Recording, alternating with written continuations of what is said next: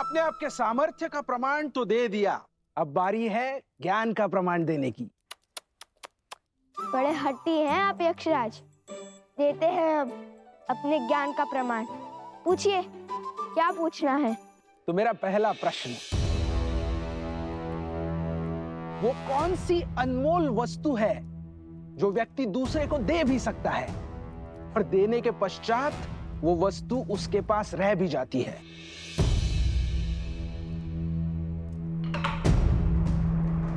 प्रेम। प्रेम बांटने से घटता नहीं है, कभी कभी दुगना लौट कर भी आता है। अति उत्तम। अब दूसरा प्रश्न, साहसी व्यक्ति के लिए सबसे कठिन कार्य कौन सा होता है? कर्म करना या कर्म से बचना? कभी कभी पग पीछे धरने से अधिक साहसी कुछ नहीं होता। कई परिस्थितियों में हमें अपने अभिमान का बलिदान देना होता है, कर्म करने से बचना पड़ता है, जैसे श्री राम ने किया था। यदि वो चाहते तो एक ही बार में रावण को हरा माता सीता को ले आते, किंतु उन्होंने अभिमान का नहीं, धर्म का पथ चुना। अद्भुत। अब अंतिम तीसरा प्रश्न। वहाँ हम अश्व को अकेला छोड़कर आए हैं और यहाँ आपके प्रश्न समाप्त ही नहीं हो रहे। अब तो प्रतिशोध के साथ साथ क्रोध की ज्वाला भी धधक रही है मेरे मन में। हम निर्णय तुम नहीं, मैं लूंगा शास्त्र मुख, मैं।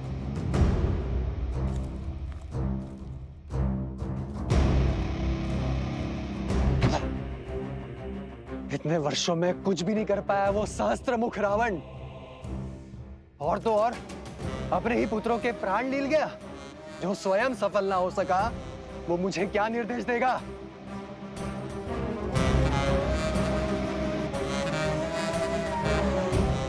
शीघ्र पूछिए ना, हमारे पास अधिक समय नहीं है। हाँ हाँ, इतनी शीघ्रता क्यों है? कुमारो, तनिक थोड़ा धैर्य तो रखो। अब तीसरा और अंतिम प्रश्न, बताइए, दुख, कष्ट, पीड़ा व्यक्ति को क्यों होती है? उसके पीछे कोई उद्देश्य है या केवल नियति?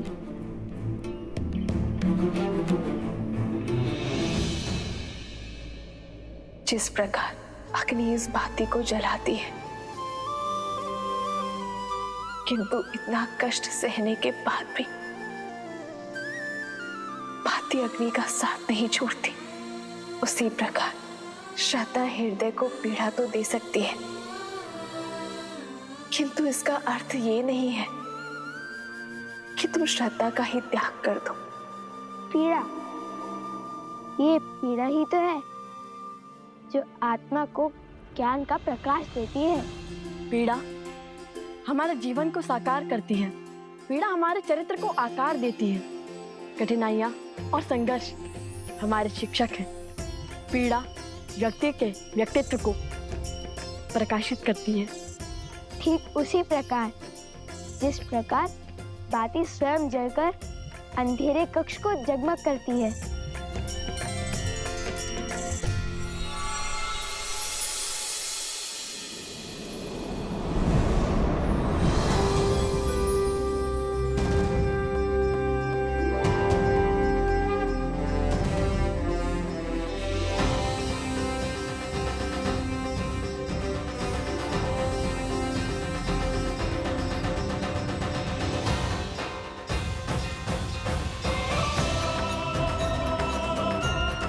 प्रणाम अग्निदेव, इंद्रदेव, बृहस्पति देव, कुबेर देव, विश्वकर्मा देव, सूर्य देव, वरुण देव, प्रणाम। आयुष्मान भव पुत्र, आप दोनों अपनी परीक्षा में निपुण हुए और ये सिद्ध कर दिया कि आप दोनों केवल बल में ही नहीं अपितु बुद्धि से भी धनी हैं। हमें देखना चाहते थे कि आप ये दुर्लभ स्वर्ण कमल पाने योग्य हैं भी या नहीं। अरे, फिर तो ये प्रश्न सबसे पहले पूछना चाहिए था यक्षराज कुबेर जी को। हम उसी क्षण उत्तर दे देते। हमारा इतना समय तो व्यर्थ ना होता। जानते हैं कितना दायित्व है हमारे कंधों पर। तो अब हमें अपने भूल की भरपाई करनी होगी। हम आपके बल और बुद्धि दोनों से अति प्रसन्न हैं। उपहार और आशीर्वाद स्वरूप कुछ दिव्य अस्त्र स्वीकार कीजिए। आपको शीघ्र ही इनकी आवश्यकता पड़ेगी। आप दोनों जब चाहे इन अस्त्रों का आवाहन कर सकते हैं।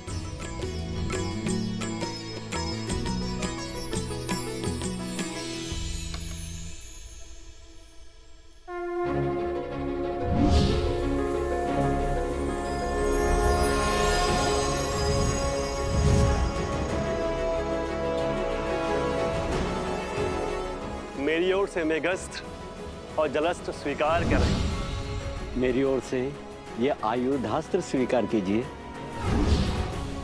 और मैं देवराज इंद्र तुम्हें अग्नि भेदास्त्र प्रदान करता हूं। और ये यमदेव का खड्ग मैं प्रदान करता हूं।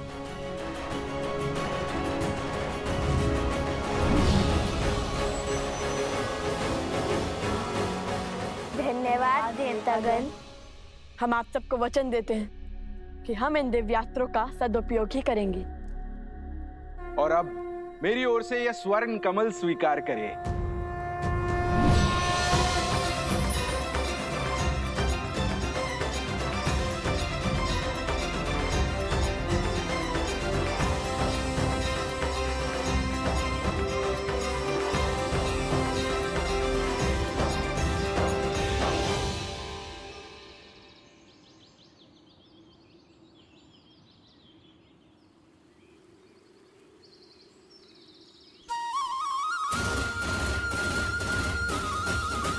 धन्यवाद कुबेर देव। भैया, माता कितनी प्रसन्न होगी ना ये सुनकर कि हमने इतने सारे दिव्य अस्त्र पा लिए।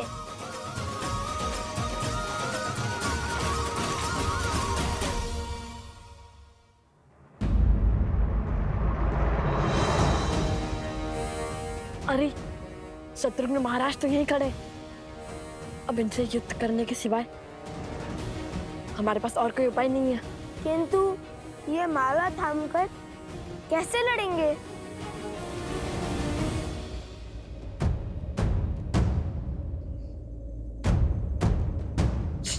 धीरे बोलो। देखो, हम ये देख नहीं पा रहे। दृष्टिहीन सैनिक। यदि दृष्टिहीन होते तो सेना का भाग कैसे बनते? अब भी पता करता हूँ।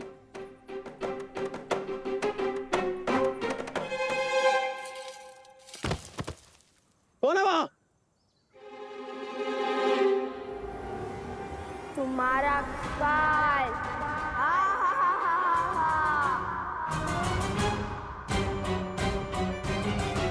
हम तो अदृश्य हो गए। ये शक्ति किस देवता ने दे दी हमें?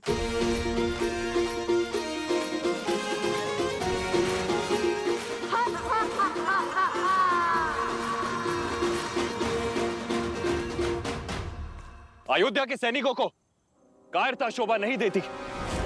माया का प्रयोग कर रहे हैं वो। अधिक देर तक नहीं बचेंगे वो। खोजिए उन्हें, यहीं कहीं छुपे होंगे वो।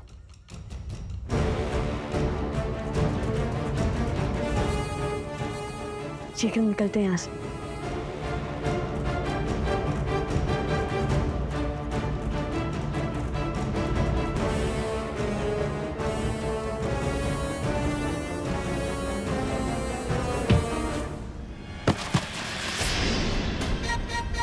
कौन है? कौन है?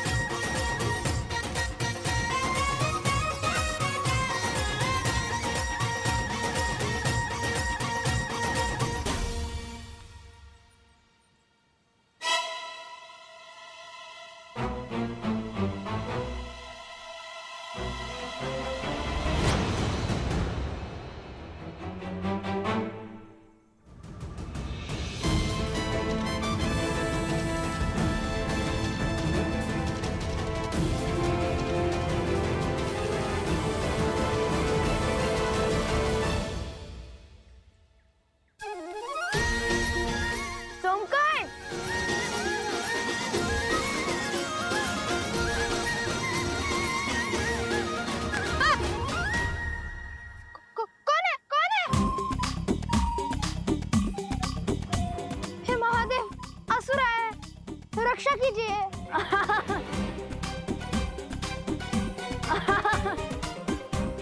खुश?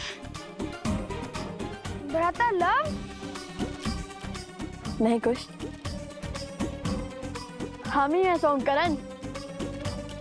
सच में? किंतु आप है कहाँ? हम तुम्हारे सामने हैं। हाँ, अरे ये रे। किंतु दिखाई क्यों नहीं दे रहे? ये कैसी माया? अरे सब बताएंगे, सब बताएंगे। किंतु अभी तुम अपना हाथ आगे करो और ये माला पकड़ो। बहुत भारी है, मैं थक गया हूँ।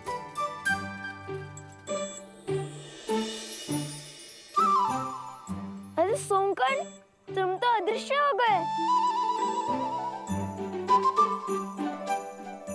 और तुम दिखाई देने लगे। ये कैसे हुआ? अर्थात ये कोई दिव्य शक्ति नहीं, इस दिव्य स्वर्ण कमल की माया है। अरे लाओ लाओ सोमकर्ण, बस अब हो गया। अब मेरी थकान दूर हो गई।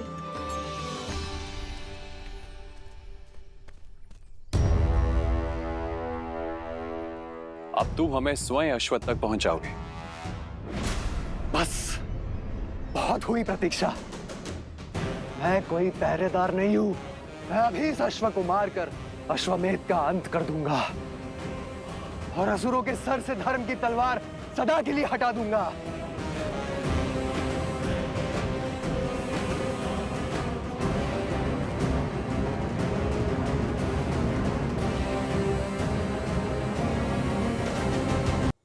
शीघ्र चलते हैं, अश्व हमारी प्रतीक्षा कर रहा होगा। हाँ ठीक है भैया, चलिए चलते हैं। हम ये माला अश्व को पहना देंगे, किंतु माता को नहीं देंगे। यदि माता दृश्य हो गई तो? यदि वो मेरी दृष्टि से एक क्षण के लिए भी ओझल हो गई तो मैं विचलित हो जाऊंगा।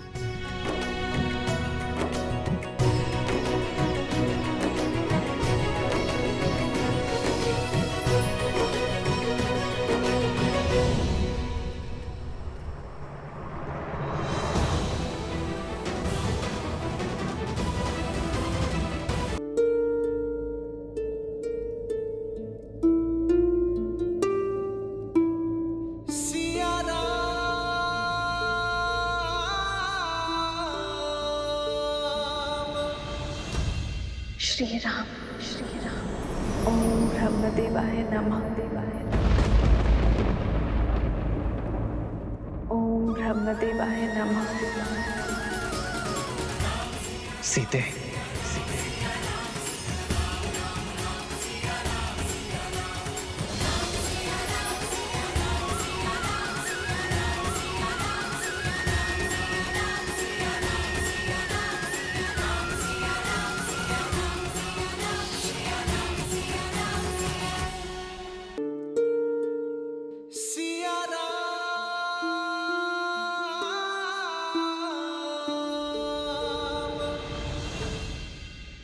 देवी सीता,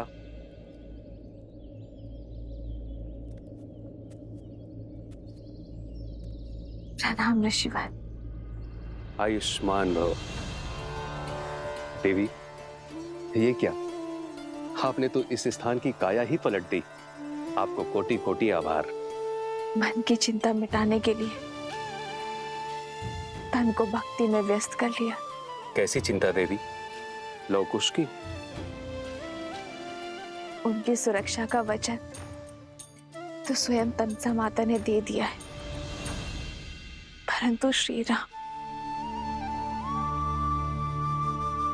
न जाने ऐसा क्यों लग रहा है मुझे ऋषिवर कि श्री राम विचलित है। देवी, आप दोनों दो शरीर एक प्राण हैं। एक दूसरे की मनोदशा बिना मिले, बिना देखे ही अनुभव कर लेते हैं। किंतु ध्यान रखिएगा, भोर खत्म होने से पहले रात्रि का अंधकार सबसे अधिक होता है। वैसे ही शुभ समय आने से पहले चिंताएं मन को घेर लेती हैं। और अब तो सभी चिंता के दूर होने का समय है। ये लीजिए ब्रह्मदेव का प्रसाद, इसे ग्रहण कीजिए। देवी, मैं आपको आश्वस्त करता हूं कि सृष्टि बनाने वाले आपकी समस्त चिंता का नाश अवश्य करेंगे।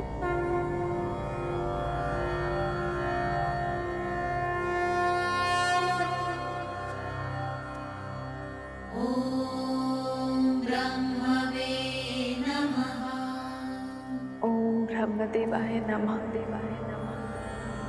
ओम ब्रह्मदेवाय नमः देवाय नमः। ओम ब्रह्मदेवाय नमः देवाय नमः। सीते, राम,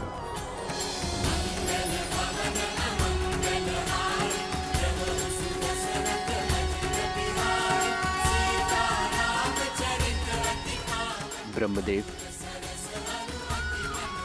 तुम्हारा तप मर्यादा धर्म को संसार में फैलाने की ललक अद्भुत। तुम्हारे जीवन की इस यात्रा में देवी सीता ने भी पूरा साथ दिया है। इसलिए मैंने इस सीता के पुतले को इतने प्राण दिए हैं, ये अश्व के लौटने और यज्ञ उत्पन्न विधि के संपूर्ण होने तक मंत्रो जाप कर सके। अभी अश्वमेध यज्ञ देवताओं को भी सहर्ष स्वीकार होगा और उनका आशीर्वाद तुम्हारे साथ है राम। यज्ञ का अभिमंत्रण अश्व को आसुरी शक्तियों और दुर्घटनाओं से बचाता है, किंतु केवल तब जब देवताओं का आशीर्वाद हमारे साथ हो। धन्यवाद ब्रह्मदेव।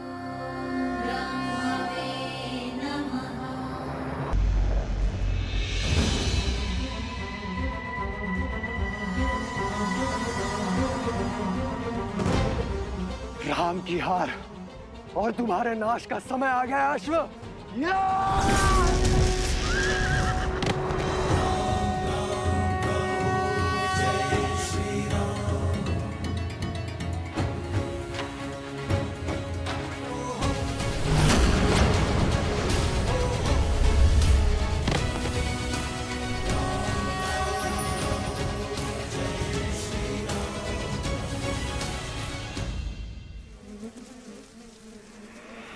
मूर्खाधिपति प्रबंधासुर, इतना भी नहीं जानते कि अश्वमेध का अश्व देवताओं की सुरक्षा में होता है। असुरों का संहार देवताओं और मनुष्यों के सामर्थ्य से नहीं, असुरों की मूर्खता से ही हो जाएगा।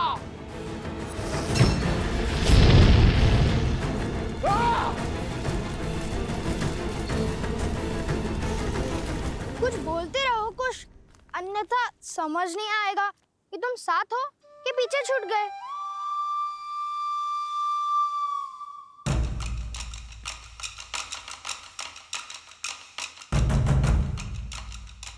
ऋषि कुमारों,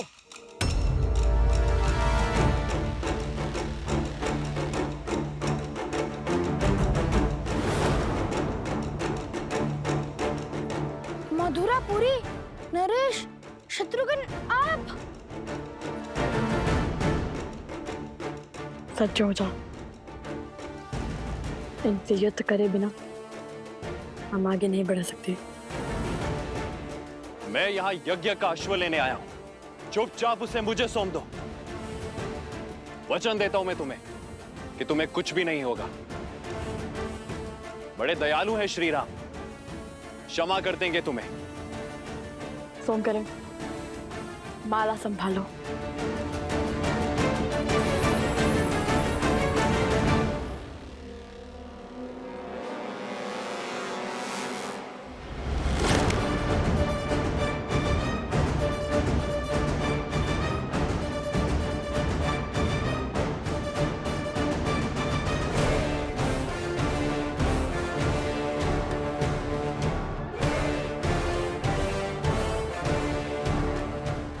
तो जानते हैं ना वो कौन है। वो कोई साधारण बालक नहीं है, वो अनमोल रत्न है, केवल मेरे लिए नहीं अपितु समस्त संसार के लिए। आप दोनों जो कर रहे हैं वो अनुचित है। मेरी विनती सुनिए और समय रहते अपनी भूल सुधार लीजिए। यज्ञ के अश्व को रोकना पाप ही नहीं, अपराध भी है। हम बालक अवश्य हैं, किंतु अबोध नहीं। हम आपका बहुत सम्मान करते हैं राजानुज, किंतु अभी ये अश्व हमने पकड़ा है, तो उपाय केवल एक ही है, युद्ध।